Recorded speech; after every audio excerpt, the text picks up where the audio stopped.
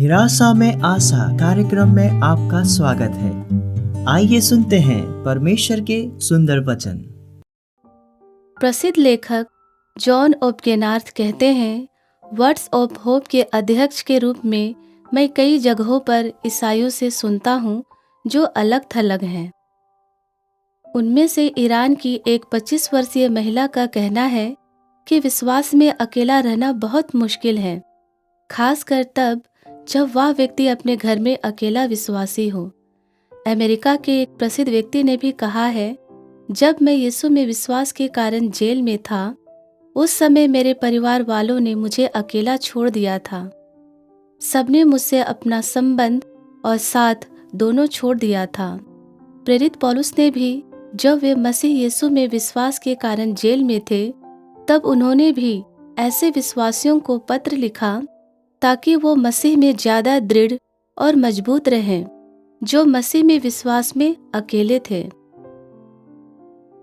क्योंकि उस समय कुछ विश्वासियों का मानना था कि एक यहूदी ही विश्वासी हो सकता है और परमेश्वर का उद्धार सिर्फ यहूदियों के लिए है, अन्य जातियों के लिए नहीं।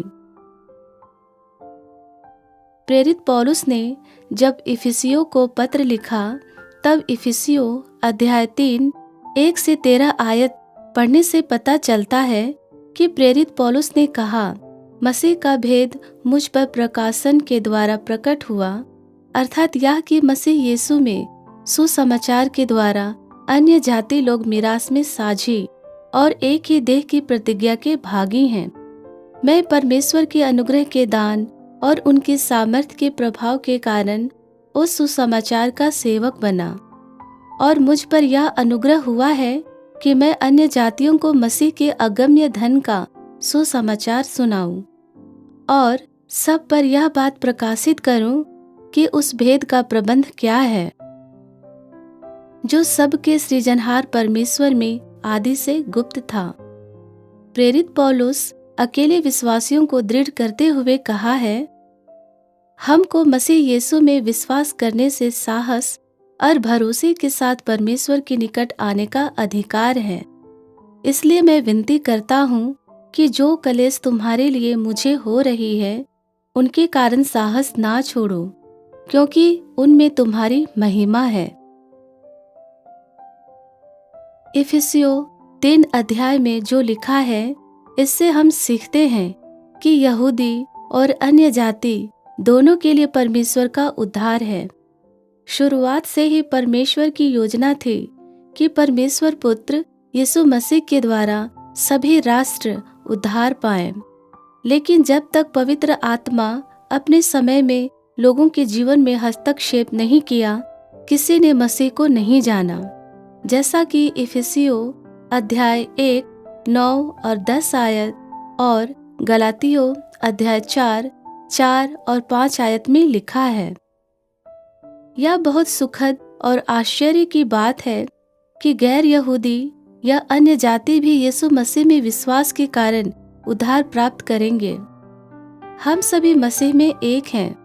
भले हम सभी अलग अलग शरीर में हैं, अलग अलग धर्म, जाति और संस्कृति से हैं, परंतु परमेश्वर के पुत्र यीशु मसीह में विश्वास करने के कारण हम सभी मसीह में एक हैं। हम सभी अर्थात वो जो मसीह यीशु में विश्वास करते हैं, वे सभी मसीह के उद्धार के प्रतिज्ञा के हिस्सेदार होंगे। खासकर ऐसे विश्वासी जो अपने परिवार में अकेला मसीह विश्वासी हैं और उन्हें बहुत मुश्किलों से होकर गुजरना पड़ता है।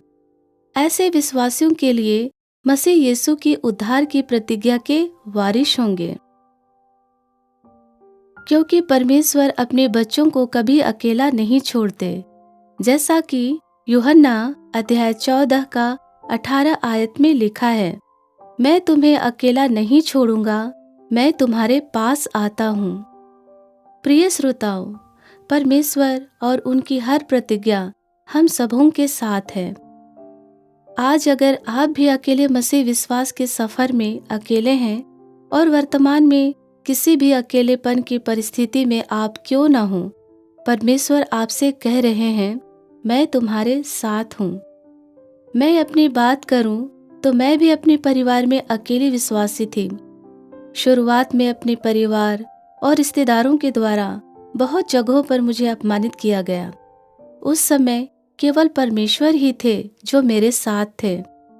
और एक समय भी ऐसा आया जहां परमेश्वर ने मेरे पूरे परिवार पर अपनी अनुग्रह और अपने नाम को प्रकट किए और उन्होंने भी परमेश्वर के उद्धार की प्रतिज्ञा पर विश्वास किया और आज भी इसी मार्ग में हैं। आज के वर्तमान परिस्थिति में हमारे कुटुंबी और रिश्तेदार भले हमारे साथ ना हो, परंतु परमेश्वर आज भी हमारे साथ हैं। परमेश्वर ने हमें अकेला कभी नहीं छोड़ा। अकेलेपन के रहस्य में परमेश्वर हर एक विश्वासी के साथ है और हमेशा साथ रहेंगे। परमेश्वर आप सबों को विश्वास में बढ़ने के लिए सहायता करें। धन्यवाद।